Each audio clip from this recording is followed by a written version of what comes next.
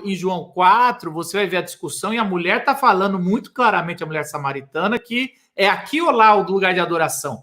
Porque se por acaso o templo caiu, como pelo menos eu tinha lido nos livros de história, não deviam estar atualizados assim, né? Mas assim, tinha caído um século antes, ainda havia o local de adoração. O lugar sagrado continua mesmo com a queda várias vezes. Então ali tinha algo ali de sacrifícios mesmo, mas o que você está dizendo é que tem ainda a possibilidade de ter um templo lá e Jesus talvez esteja olhando, falando com a mulher samaritana, né? Não, uma das evidências de que tem um lugar de adoração lá é o próprio diálogo de Jesus com a samaritana. Fazer um parênteses aqui para dizer que lá em João 4, o texto mostra que Jesus precisava passar por Samaria. Por que precisava passar por Samaria? Ele vai numa comitiva. Quando você vai com uma comitiva com mais gente, você não passa pelo caminho montanhoso, que é um caminho muito mais difícil. Você tem que sair muito cedo da Judéia, quando você está indo para Galiléia, e aí você calcula que você chega por volta de meio-dia. Aí, se você olhar o texto lá, o texto diz que eles chegaram meio-dia no poço. E os samaritanos têm 3 horários de adoração.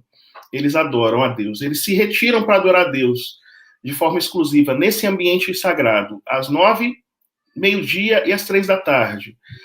Então ele chegou ali, e o fato de aquele poço estar vazio é porque ele chegou num desses horários, que é o horário de culto e de oração, que é da liturgia das horas dos judeus e dos samaritanos.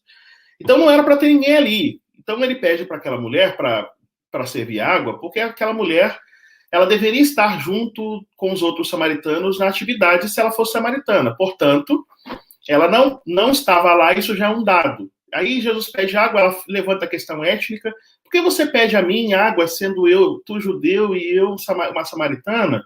Aí ela fica apelando muito para os pais, ela fica apelando muito para o poço que foi dado pelos pais. Ela fica repetindo muito essa coisa de que é samaritana, de que é samaritana. Só que a religião samaritana é muito estrita, ela é muito legalista, ela é mais legalista até do que a religião do sul.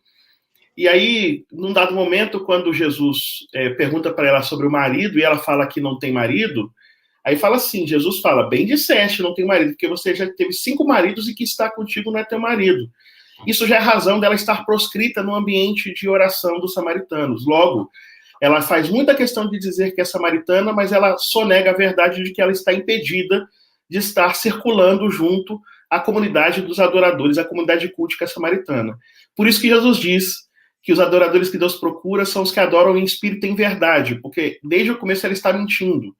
A razão de falar que os adoradores adoram ao Pai em espírito e em verdade, e Deus procura adoradores assim, tem relação com o fato de, desde o começo, ela ficar sonegando a informação concreta sobre sua identidade cultica. Ela não é nem samaritana, no sentido religioso do termo, porque ela está proscrita, por isso que ela está ali. Ela chega a denunciar isso, ela fala assim, dá-me dessa água para que eu não precise beber e não tenha que voltar aqui para buscar. Ou seja, ela sabe que ir para o poço e conviver com as pessoas do culto que as pessoas que a proscreveram era uma atividade muito ruim.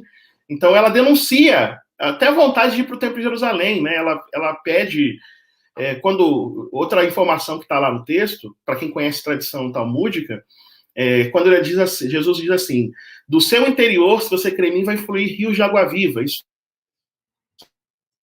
faz parte para acolher samaritanos no culto de Jerusalém. A regra para acolher samaritanos no culto de Jerusalém é bem simples. Os judeus fazem purificação em tanques de água parada, que se chama mikvah, e que no plural é mikvot, né? É água parada. Um samaritano não pode entrar no poço de água parada, senão ele deixa a água toda impura. Então, a obrigação do samaritano é procurar uma fonte de água corrente para se purificar. Então, quando ele diz que do interior vão fluir rios de água viva é uma metáfora para água corrente. Né? Uma metáfora tanto em grego quanto em língua aramaica. Portanto, o que ele está fazendo é dúbio. O João tem muito isso, esses jogos de ambiguidade. Não, o tempo todo. O tempo todo a gente vai ver isso de João. Aliás, sabe quem me falou a primeira vez, há 20 anos atrás, sobre água viva era água corrente? Foi Ariovaldo Ramos. Fui aluno para ele me ensinou, foi muito bom.